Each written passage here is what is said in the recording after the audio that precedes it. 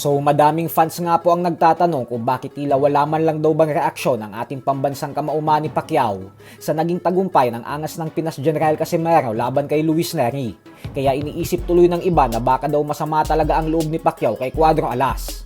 Pero hindi po talaga ganun ang sitwasyon dahil kanina lamang ay ibinahagi na mismo ni Casimero sa kanyang personal Facebook account ang video kung saan tinawagan ito ni Pacquiao pagkatapos ng laban para batiin siya sa kanyang impresibong tagumpay. Hindi lang natin maririnig ang kanilang pinag-usapan dahil kapag in-screen record mo kasi ang video call ay automatic na namimute ang usapan.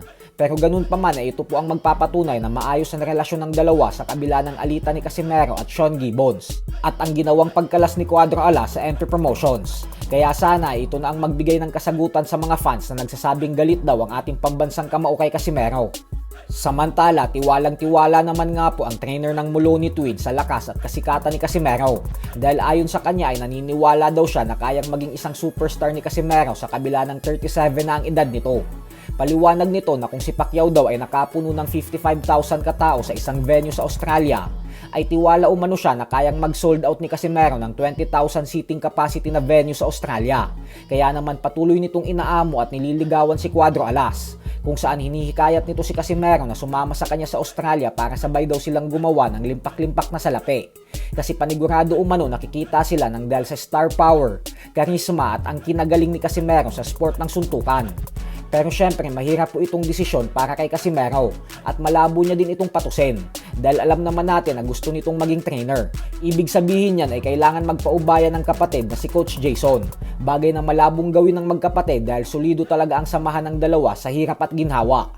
Ganun pa man ay halo-halo naman ang opinyon ng mga fans sa alok ng trainer ng Moloney Twins. May mga sumasang-ayon na dapat daw nitong tanggapin ang alok kasi pagkakataon pa daw ito para kumita ng malaking halaga.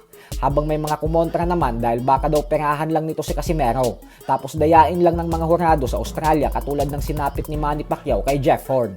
Maraming Pinoy. There might be 20,000.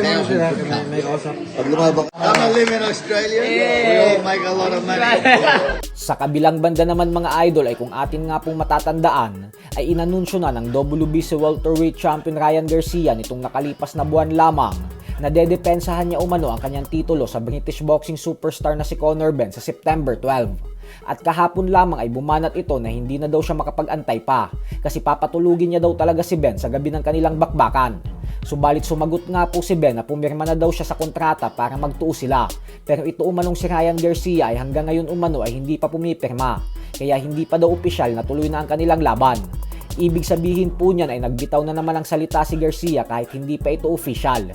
Yan din ang dahilan kung bakit hanggang ngayon ay wala pang nailalabas na official announcement ang kanilang mga promoters na magtutuos na talaga ang dalawa. So hanggang dito na lang po muna tayo mga idol.